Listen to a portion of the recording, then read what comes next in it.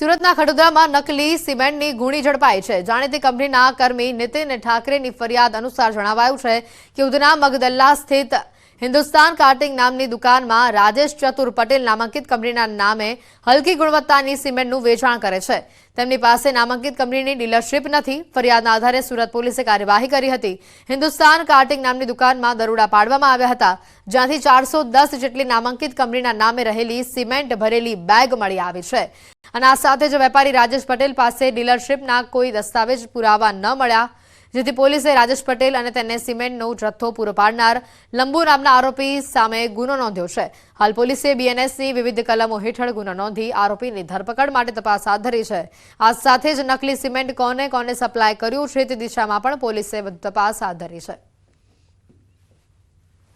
પોલીસે જગ્યા પર જઈ તમામ હકીકતની વેરીફાઈ કરી અને વેરીફાઈ કરતા ધ્યાને આવ્યું કે આ ડુપ્લિકેટ સિમેન્ટ અલ્ટ્રાટેકના નામે બજારમાં વેચાણ થઈ રહ્યું છે, જેથી રાજેશભાઈ ઠાકરેની ફરિયાદ લઈ પોલીસે ગુનો રજીસ્ટર કરી જે ભાઈ સિમેન્ટ ઉતારવા આવ્યા હતા તથા જે લંબુ નામના કોઈ માણસ પાસેથી તેમણે ખરીદેલું છે તે બંનેના નામજોગ ગુનો દાખલ કરવામાં આવેલ છે અને 1,33,000નો મુદ્દામાલ 410 બોરી કબજે કરવામાં આવેલ છે।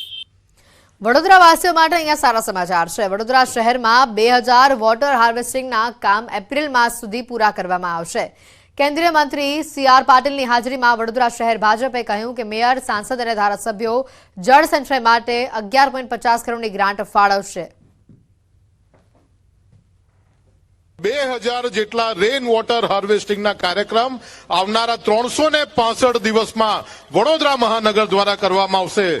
માનનીય પાટીલ સાહેબનો એક ડેશબોર્ડ છે, એ ડેશબોર્ડ ઉપર એના ફોટોગ્રાફ કઈ જગ્યા પર કયા લોકેશન ઉપર આ કરવામાં આવ્યું છે એની સંપૂર્ણ માહિતી માનનીય પાટીલ સાહેબને આજે આ કાર્યાલયમાં ભેટ સ્વરૂપે આપીએ છીએ। ગુજરાતમાં ક્ષત્રિય આંદોલન શાંત પાડ્યા બાદ ફરી ક્ષત્રિયો એક મંચ ઉપર આવ્યા છે। અમદાવાદના કુંજાડમાં ક્ષત્રિય એકતા મહાસંમેલન યોજાયું, જેમાં ક્ષત્રિયની પરિભાષામાં આવતા ગરાસદાર કાઠી, કારડિયા, ઠાકોર સહિતના ક્ષત્રિયોના આગેવાનો હાજર રહ્યા, જેમાં ક્ષત્રિય સમાજના અગ્રણી રાજ શેખાવત અને કાલિદાસ બાપુ હાજર રહ્યા। આ બેઠકમાં કાલિદાસ બાપુએ ચોંકાવનારું નિવેદન આપતા કહ્યું, પાન મસાલા અને ગુટખા ખાવાનું બંધ કરી આ પૈસાથી હથિયારો લઈ લો। ત્યારે રાજ ક્ષત્રિય સમાજ અગ્રણી રાજ શેખાવતે કહ્યું કે સ્થાનિક સ્વરાજ્યની ચૂંટણીમાં ક્ષત્રિયો જવાબ આપશે। તમે તમારા જો માવાન ગુટકાન મટકાન ભેંચવાનું જે આડાવડા પૈસા કાઢતા હોય ને, તો એ પૈસા કાઢવાના બંધ કરી નાખો અને 12 મહિનાના પૈસા ભેગા કરી આવી એક સભા કરો અને એ પૈસાના હથિયારો લઈને ફટકડીઓ આપવાના ચાલુ કરી દો।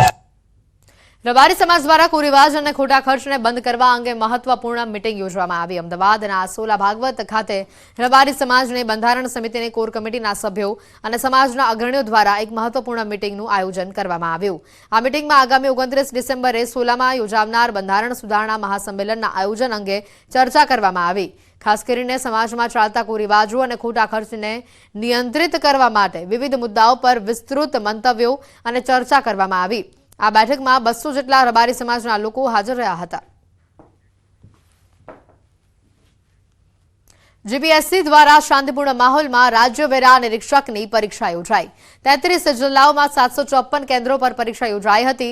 1.85 લાખ ઉમેદવારોએ પરીક્ષા આપી હતી અને જે અંગે જીપીએસસીના અધ્યક્ષ હસમુખ પટેલે જણાવ્યું હતું કે તમામ વહીવટીતંત્ર ખડેપગે કામ કર્યું છે, તે માટે તેઓને અભિનંદન। જીએસઆરટીસીએ વધારાની બસ પૂરી પાડી। જે કેન્દ્રો ઉપર HD કેમેરા હતા તે પણ બંધ રાખવાનો નિર્ણય કર્યો હતો। વર્ગખંડ રેકોર્ડિંગ થાય અને પેપર પણ બહાર જાય, તેથી 3 દિવસથી કેમેરા બંધ રાખવામાં આવ્યા હતા। કોઈ પણ કેન્દ્ર પરથી ફરિયાદ હજી સુધી મળી નથી। કોઈ ડમી ઉમેદવાર પરીક્ષા ન આપી શકે તેના માટે ઉમેદવારનું અંગૂઠા લેવાનું પણ નક્કી કરવામાં આવ્યું હતું। OMRમાં અંગૂઠાનું નિશાન લગાવાયા બાદ જ આગામી સમયમાં બાયોમેટ્રિક સિસ્ટમથી પરીક્ષા યોજાશે।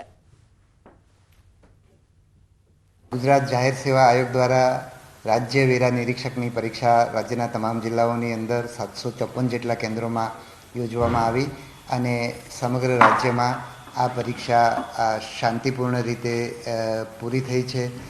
જિલ્લાના નિવાસી નિવાસી અધિક કલેક્ટર, જિલ્લા શિક્ષણ અધિકારી, જિલ્લાના પોલીસ કર્મચારીઓ અને સમગ્ર જિલ્લાનું વહીવટીતંત્રએ ખડા પગે રહી અને ખૂબ જ સારું કામ કર્યું છે। રાજ્યમાં કોઈ પણ જગ્યાએથી અમને કોઈ ફરિયાદ નથી મળી ક્યાંક ઉમેદવારોને એવી શંકા ગયેલી કે આ કેમેરા શું કામ બંધ કર્યા છે. તો અમે ઉમેદવારોને અમે અહીંથી આયોગે જે પત્ર લખ્યો હતો એ આયોગના પ્રતિનિધિ પાસે હતો એ બતાવવામાં આવ્યો છે. ઉમેદવારોને હું એ કહીશ કે આયોગ જે પરીક્ષા લઈ રહ્યું છે એ પરીક્ષા ઉપર પૂરેપૂરો ભરોસો રાખે. પરીક્ષાની સુરક્ષા અને પારદર્શકતા માટે જે પણ પ્રયત્નો કરવા પડે એ આયોગ હંમેશા કરતું હોય છે અને આયોગ દ્વારા લેવામાં આવેલું કોઈ